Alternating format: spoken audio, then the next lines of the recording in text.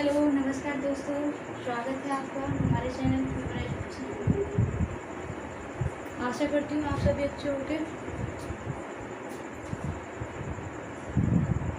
हम लेकर आए हैं आपके लिए फंडामेंटल राइट भाग 3 का मैंने 14 से 18 आपको लास्ट वीडियो में करा दिया है, फिर भी मैं रिपीट करूँगी। भाग 3 मूल अधिकार या मौलिक अधिकार क्या होता है, वे सभी अधिकार जो आपके प्राकृतिक हैं, नैसर्गिक हैं और आपके जीवन जीने के लिए ज़रूरी है, उसे हम मूल अधिकार कहते हैं। इसको मूल अधिकार को हम मैग्ना कार्टा भी कहते हैं। आगे बढ़ने से पहले लाइक, शेयर और सब्सक्राइब कीजिए। तो हम शुरुआत करते हैं आपके आर्टिकल 12, जिसमें राज्य की परिभाषा बताई गई है। आर्टिकल 13 वर्गीकरण बताया गया है, जो आप हमारी लास्ट वीडियो में देख सकते हैं। आर्टिकल 14 समानता का अधिकार। आर्टिकल 14 से 18 तक जो बताया गया है उसमें समानता का अधिकार है। आर्टिकल 19 से 22 तक स्वतंत्रता का अधिकार है। आर्टिकल 23 से 24 तक शोषण के विरुद्ध अधिकार है। आर्टिकल 25 से 28 तक आपका धार्मिक स्वतंत्रता का अधिकार है। आर्टिकल 29 से 30 तक शिक्षा संबंधी अधिकार है। आर्टिकल 32 में आपका संवैधानिक उपचार का अधिकार है। यानी कि हमारे जो अधिकार हैं वो 6 प्रकार के हैं। समानता का अधिकार, स्वतंत्रता का अधिकार, समानता का अधिकार, स्वतंत्रता का अधिकार, शोषण के विरुद्ध अधिकार, चौथा धार्मिक स्वतंत्रता का अधिकार, पांचवा शिक्षा एवं संस्कृति संबंधी अधिकार और छठा है हमारा संवैधानिक उपचारों का अधिकार, जो आर्टिकल 32 में दिया है। आप जो मूल अधिकार दे रखे हैं उसमें से कोई भी ऐसा क्वेश्चन नहीं रहेगा जो इस वीडियो देखने के बाद आपका रह जाएगा। सारे क्वेश्चन कवर कराएंगे और वीडियो को उस तरीके से आप पढ़ोगे कि आपको साथ के साथ याद भी होता जाएगा, आसानी के साथ आप पढ़ोगे और वो बहुत देर नहीं करेंगे। इसलिए मैंने सारा जो भी आपका लिखना था वो पहले से ही लिख रखा है। किसी का व्हाट्सएप पे मैसेज आया था कि आप उसे लिखने में टाइम वेस्ट ना करें, हमारे पास इतना टाइम नहीं है, आप सीधा पहले से लिखिएगा और सिर्फ हमें समझाइएगा। तो उसी तरीके से आपको आपने जो बोला उस तरीके से मैंने पहले लिख रखा है, सिर्फ अब आपको समझाना नहीं है। समानता का जो हमारा पहला प्रकार है समानता का अधिकार, आर्टिकल 14 से 18। आर्टिकल 14 कहता है विधि के समक्ष समानता। आर्टिकल 14 में भी हमारे दो पार्ट हैं। पहला है कानून के समक्ष समानता और कानून का समान संरक्षण। कानून की समक्ष समानता यानी कानून के सामने सभी समान हैं। आप हुए, मैं हुई या फिर कोई किसी एक दंड करने पर, किसी एक प्रकार का कोई भी ऐसा कार्य करने पर जिसे आपको सजा प्रदान की जाए वो सभी के लिए समान है। आप फॉर्म भरो, आपको एक एग्जाम देना है तो आप भी फॉर्म भरोगे, मुझे एग्जाम देना है मैं भी फॉर्म भरूँगी, पीएम के बेटे को एग्जाम देना है वो भी फॉर्म भरेंगे, सीएम के बेटे को एग्जाम देना है वो भी फॉर्म भरेंगे। ऐसा नहीं है कि आपके पास पद है तो आप फॉर्म नहीं भरेंगे। तो ये हो गया कानून के समान समानता। और कानून के समान संरक्षण है कि यहाँ पर पॉजिटिव डिस्क्रिमिनेशन दिया गया है, यानी कि जो जनजाति हुई या पिछड़े लोग हुए उन्हें कुछ चीज़ों में रिजर्वेशन दे दिया गया है। आर्टिकल 15 है जाति, धर्म, लिंग, जन्म, स्थान, वंश के आधार पर भेदभाव नहीं किया जाएगा, यानी वो सब समान है। अब आप कहोगे जाति के आधार पर कैसे होता है? केरल में केस आया था वो सबरी वाला मंदिर वाला केस, यानी आप किस जाति से, आप मंदिर नहीं जाओगे आप उस जाति से, आप यहाँ नहीं आओगे आप उस जाति से, आप पैंट में जो पैंट होती है या जो बड़े बाजार होते हैं या मॉल वगैरह होते हैं आप वहाँ पर अपना कारोबार नहीं करोगे, आप उस जाति से, आप उस जाति के, तो वहाँ पर आपके साथ कोई भी भेदभाव नहीं किया जाएगा। कानून के लिए जाति, धर्म, लिंग, जन्म, स्थान, वंश के आधार पर आप सब लोग समान हैं, समानता है, कोई भी भेदभाव नहीं किया जाएगा। लोक नियोजन में अवसर की समानता। लोक नियोजन क्या है? जो भी आपकी सरकारी यानी जो गवर्नमेंट जॉब है उसमें आपके लिए अवसर की समानता बराबर है। आप भी फॉर्म भरते हैं, मैं भी फॉर्म भरती हूँ, जो बहुत पिछड़े तबके के हैं वो भी फॉर्म भरते, सबके लिए समान है। आर्टिकल 17 कहता है अस्य प्रस्ताव का अंत, यानी कि छुआछूत का अंत। पहले होता था मेरे बाबा आदम के ज़माने में, अभी भी कुछ बहुत बुजुर्ग जो 90 या फिर 100 साल के अभी जो बैठे हुए हैं वो आज भी बचेंगे। घर को कौन चाय दी, हाँ पानी भी दिया, उसको देना चाहिए। अभी भी वो अपनी उस मानसिक स्थिति से नहीं निकल पाए। लेकिन अब ऐसा नहीं है। हमारी सरकार ने आपको बता दिया, हमारे जो संविधान है, सॉरी हमारे जो संविधान है उसमें आप अच्छे से देख रहे हो, स्पष्ट है। आपका आर्टिकल 18 कहता है कि आपकी उपाधि नहीं रहोगे, आपकी कोई उपाधि नहीं रहोगी, आप राय बहादुर नहीं रहोगे, आप गौरव खान नहीं रहोगे, आप भीड़ में आप सबसे अलग नहीं दिखोगे। हम सब हैं, हम सब हैं, आप वो दिखाए हम सबसे ऊपर। ऐसा कुछ नहीं है। आप ऐसा कोई भी टेक्निक लगाओगे जिससे आप सबसे अलग हो। हाँ, आप पढ़े लिखे हो तो संविधान ने उसकी भी आपको इजाज़त दे रखी है, आप डॉक्टर साहब लगाइए, इंजीनियर साहब लगाइए, यानी जो भी डिग्री है आप वो डिग्री अपने आगे लगा सकते हो। दूसरा प्रकार है स्वतंत्रता का अधिकार, आर्टिकल 1922। तो आर्टिकल 19 में हमारे 6 प्रकार के अधिकार हैं। वर्तमान में 6 है, पहले 7 थे, संपत्ति का अधिकार अब नहीं है। पहला है अब व्यक्ति की स्वतंत्रता, दूसरा है सभा की स्वतंत्रता, आप सभा लगा सकते हो, सभा कर सकते हो। तीसरा आपने सभा कर ली तो आप संगठन बना सकते हो, आपने संगठन बना लिया तो चौथा है आप संचरण कर सकते हो, आप घूम सकते हो। तब आप घूमने लगे तो आपको 5वीं जरूरत पड़ेगी, क्या पड़ेगी कि आप निवास भी करोगे, आप निवास और छठा आपको क्या जरूरत पड़ेगा, क्या पड़ेगा बताइए, आपको रोजगार की जरूरत पड़ेगी। तो हमारे आर्टिकल 19 में 6 पॉइंट हैं। पहला है अब व्यक्ति की स्वतंत्रता, दूसरा है आप सभा करोगे, सभा की स्वतंत्रता, अब आपने सभा कर ली तो आप संगठन भी बना दोगे, संगठन बना दिया तो चौथा है आप संचरण करोगे, घूमोगे।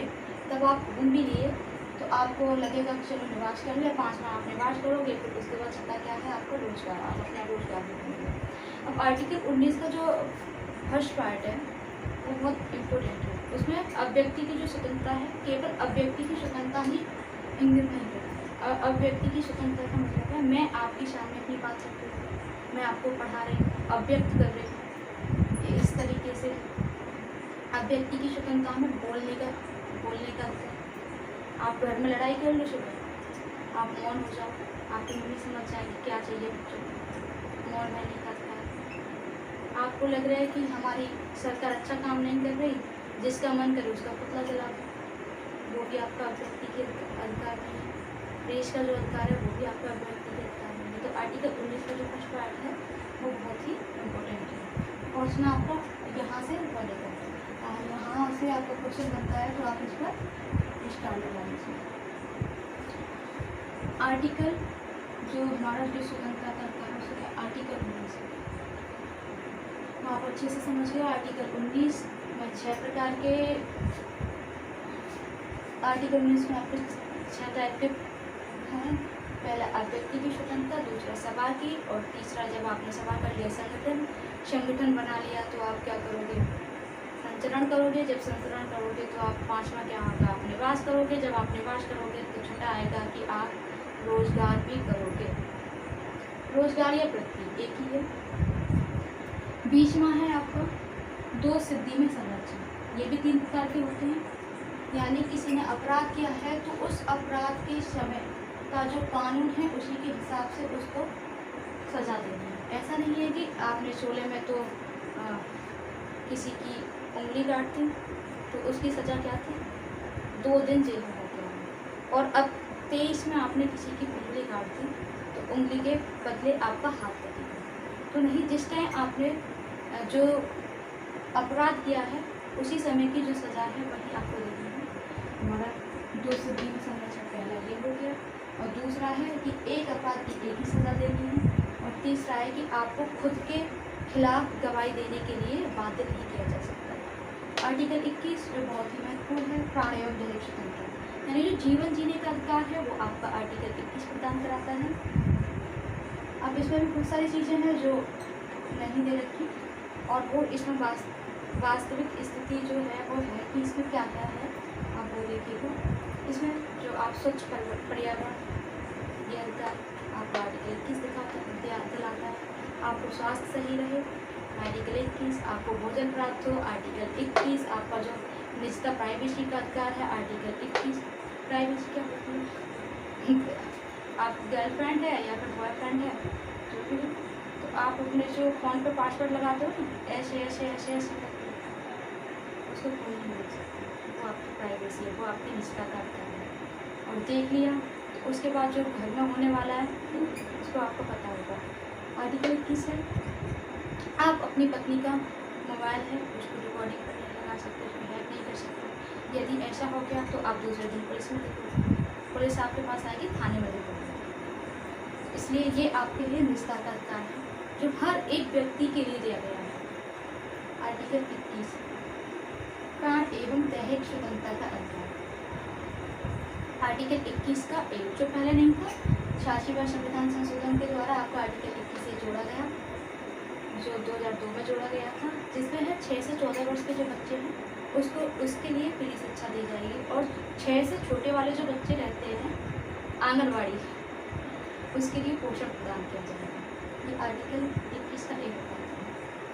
आर्टिकल 22 में है गिरफ्तारी से संरक्षण। ये भी दिक्कत करता है, यानी कि आपको गिरफ्तार किया जाता है तो आप पूछ सकते हो कि कारण क्या है, आपको गिरफ्तार क्यों करा गया है। आपको 24 घंटे के अंदर न्यायिक हिरासत पर प्रस्तुत करना होगा।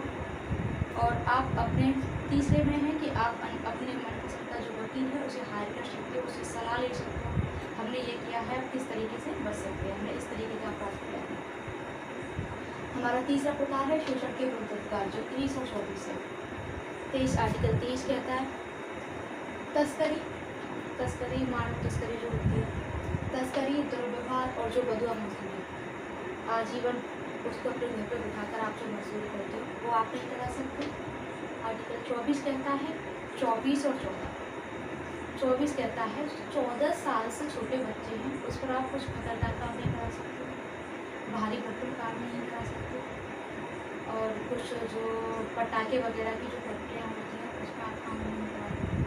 आर्टिकल आपको 24 कहता है। आर्टिकल 23 तस्करी, दुर्व्यवहार और बदुआ मजदूरी, इसकी मनाही करता है। आर्टिकल 24 कहता है कि 14 वर्ष से कम आयु के जो बच्चे हैं वो काम नहीं कर सकते, कौन से काम नहीं कर सकते, ऐसा कोई काम नहीं कर सकते जिससे उनकी जान, मतलब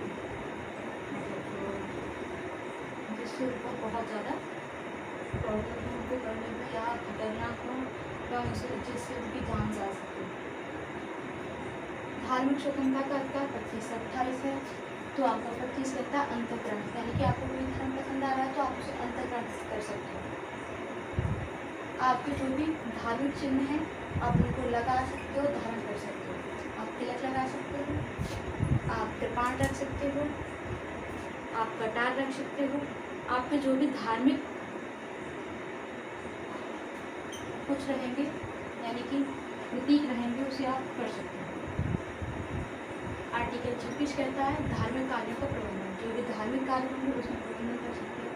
27 कहता है संपोषण, यानी कि आप जो भी धार्मिक कार्य में लगाया गया जो रुपया होता है उसको टैक्स पे कर दिया जाएगा।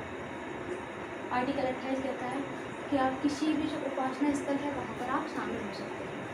ऐसा नहीं है कि आप मस्जिद नहीं जा सकते, आप मथुरा नहीं जा सकते, आप कृष्ण की नगरी नहीं जा सकते, आप अयोध्या नहीं जा सकते हो। तो जो भी धार्मिक स्थल है उस पर सभी जा सकते हैं। हमारा 5वां प्रकार है शिक्षा एवं संस्कृति संबंधी अधिकार, जो 29 से 30 तक है। ये ऐसा अधिकार है जो केवल अल्पसंख्यकों के लिए है, जिसमें हमारा आर्टिकल 29 कहता है कि ये अल्पसंख्यकों की जो हित हैं उनकी रक्षा करेगा। और आर्टिकल हमारा 30 कहता है कि वो कोई भी अपना धार्मिक संस्थान खोल सकते हैं, यानी वो अपने धर्म को बचाए रखना चाहते हैं, अपनी संस्कृति को, अपनी शिक्षा को बचाए रखना चाहते हैं, तो अपना वो कोई भी धार्मिक संस्थान खोल सकते हैं और उसमें आपकी गवर्नमेंट भी हेल्प करेगी। एक हमारा संपत्ति का अधिकार था जो आर्टिकल 31 था, अब नहीं रहा, ये अभी कानूनी अधिकार हो गया है जो 300 काम में डाल दिया गया है। 41वां संविधान संशोधन हुआ था, अधिनियम था 1978। हमारा आर्टिकल 6 है संवैधानिक उपचारों का अधिकार। संवैधानिक उपचारों का अधिकार आर्टिकल 32, ये ऐसा अधिकार है जो आपके जितने भी मूल अधिकार हैं उन मूल अधिकारों को मूल अधिकार बनाने वाला अधिकार कौन सा है? आपका आर्टिकल 32। मूल अधिकारों को मूल अधिकार बनाने वाला अधिकार कौन सा है? आपका आर्टिकल 32। और बी आर अम्बेडकर क्या कहते हैं? ये क्या है? संविधान की आत्मा। डॉक्टर बी आर अम्बेडकर द्वारा आर्टिकल 32 को संविधान की आत्मा कहा गया। यदि क्वेश्चन आता है कि बी आर अम्बेडकर द्वारा संविधान की आत्मा किसे कहा गया, तो आप कहोगे आर्टिकल 32 को बी आर अम्बेडकर द्वारा संविधान की आत्मा कहा गया। क्वेश्चन आता है संविधान की आत्मा किसे कहा जाता है, तब क्या बोलोगे आप? सोचो। तो संविधान की आत्मा, यदि क्वेश्चन बनता है जिसमें अम्बेडकर जी का नाम नहीं दिया रखा और क्वेश्चन बनता है कि संविधान की आत्मा क्या है, तो आप वहाँ पर प्रस्तावना लगाइए। संविधान की आत्मा प्रस्तावना है, ये हमारा संरक्षक है, ये हमारा संरक्षण करता है, ये रिट जारी करता है 5 प्रकार की। सुप्रीम कोर्ट आर्टिकल 32 के द्वारा, और हमारा जो हाई कोर्ट है वो आर्टिकल 226 के द्वारा रिट जारी करता है। हमारी 5 प्रकार की रिट है। तो 5 प्रकार की रिट में पहला जो प्रकार है वो है बंदी प्रत्यक्षीकरण, यानी सशरीर प्रस्तुत करना। 24 घंटे के अंदर जो भी अपराधी है उसे सशरीर प्रस्तुत करना होता है। दूसरा प्रकार है आपका परमादेश, जिसे आदेश, यानी कि किसी भी सरकारी अधिकारी को आप आदेश कर सकते हो कि आप अपने कर्तव्यों का पालन नहीं कर रहे हो। तीसरा प्रकार है हमारा प्रतिषेध, यानी कि किसी चीज़ पर रोक लगा देना। तो उच्च न्यायालय या उच्च न्यायालय अपने से निचले न्यायालय को क्या करता है? रोक लगाता है कि ये आपके अधिकार क्षेत्र से बाहर है। उच्च न्यायालय अपने से नीचे वाले न्यायालय को रोक लगाता है। उच्चतम न्यायालय उच्च न्यायालय को, और उच्च न्यायालय अपने से नीचे न्यायालय को रोक लगाएगा। तो आपका क्या हुआ? आर्टिकल 32 का तीसरा हुआ प्रतिषेध, और चौथा हो गया उत्प्रेषण, यानी कि जो लंबित मुकदमे होते हैं उसे उच्च न्यायालय अपने से जो नीचे वाले न्यायालय हैं वो उनसे कहता है कि ये निलंबित मामला पड़ा है, ऐसा करो, इसे हमारे पास भेजो। और 5वां पॉइंट है इसके पास अधिकार परिचय, यानी कि आपका पद कैसा है? आप संवैधानिक हो, यानी आप अपने पद से अलग काम तो नहीं कर रहे हो, आप हो तो कांस्टेबल कर रहे हो, काम ऐसा ही। तो ये संवैधानिक जांच कर सकता है आपका अधिकार परिचय। अब हमारा रह गया article 33, article 34, article 35। Article 33, 34, article 33 और 34 है, ये आपके अधिकारों को सीमित करता है। तो आर्टिकल 33 में जो संसद है वो सेना हुई, उपचर हुए, कोई जासूस हुए, राजदूत हुए, उनके जो अधिकार हैं, जो मूल अधिकार हैं, उनको सीमित कर देते हैं ताकि उनकी जो प्राइवेसी है या उनके जो नियम कानून हैं वो भंग न हो। इसी प्रकार से आपका है आर्टिकल 34, जो सैन्य कानून लागू होने पर उनको सीमित कर दिया जाता है, जिसे मार्शल लॉ कहते हैं। मार्शल लॉ के होने पर आपके जो अधिकार हैं उसको सीमित कर दिया जाएगा। आर्टिकल 35 कहता है कि संसद ऐसा कोई भी कानून बना सकती है जो आपके अधिकारों को प्रभावित करे और अधिक शक्तिशाली बनाए। तो संसद वो कोई भी कानून बना सकती है जो आपके अधिकारों को, आपके मूल अधिकारों को और अधिक प्रभावशाली बनाए। अब इसमें है जितने भी हमारे अधिकार बता दिए, इसमें से केवल 5 आपके अधिकार ऐसे हैं जो केवल और केवल भारतीयों के लिए हैं, और सभी अधिकार भारतीय हो या विदेशी हो वो सभी के लिए हैं। तो आपका article 14, article 15, article 16, article 29, article 19 और आर्टिकल 30। 15, 16, 19, 29, 30, 15, 16, 19, 29, 30, ये 5 प्रकार के आर्टिकल हैं जो केवल भारतीयों के लिए हैं। इसके बाद जितने भी आर्टिकल हैं वो भारतीय हो या विदेशी हो सभी के लिए हैं। अभी इससे कुछ क्वेश्चन पूछते हैं आपसे। संविधान की सर्वोच्चता सुनिश्चित करता है, ऐसा कौन सा आर्टिकल है जो संविधान की सर्वोच्चता सुनिश्चित करता है? ऐसा कौन सा आर्टिकल है जो संविधान की सर्वोच्चता सुनिश्चित करता है? कमेंट में बताइएगा। ऐसा कौन सा आर्टिकल है जो बच्चों के शोषण से संबंधित बातें बताता है? ऐसा कौन सा आर्टिकल है जो बच्चों के शोषण से संबंधित आर्टिकल बताता है? ऐसी कौन सी रिट है जो व्यक्तिगत स्वतंत्रता के लिए बनाई गई है? ऐसी कौन सी रिट है जो व्यक्तिगत स्वतंत्रता के लिए बनाई गई है? क्वेश्चन पूछे हैं, इनके आंसर कॉमेंट्स में लिखिएगा। फिर भी मैं अभी आपको बता रही हूँ। संविधान की सर्वोच्चता सुनिश्चित करता है आपका आर्टिकल 13। बच्चों की शोषण से जो संबंधित है वो है आपका आर्टिकल 24। व्यक्तिगत स्वतंत्रता के लिए उच्च न्यायालय कौन सी डेट जारी करती है? आपकी डेट है पहली, बंदी प्रत्यक्षीकरण। कौन सी डेट है? बंदी प्रत्यक्षीकरण, हॉबियस कॉर्पस। और आप बताओ, आपके लिए क्वेश्चन छोड़ जाते हैं, क्या वर्तमान में संपत्ति का अधिकार है? कमेंट्स में बताइएगा। और आपको मेरी क्लास आशा अच्छी लगेगी, अच्छी ही, क्योंकि आपको सारे क्वेश्चन आर्टिकल 12 से 35 तक कंप्लीट हो गए। तो आप एक लाइक, शेयर और सब्सक्राइब कीजिएगा। धन्यवाद। बहुत गर्मी है और मिलते हैं नेक्स्ट वीडियो में।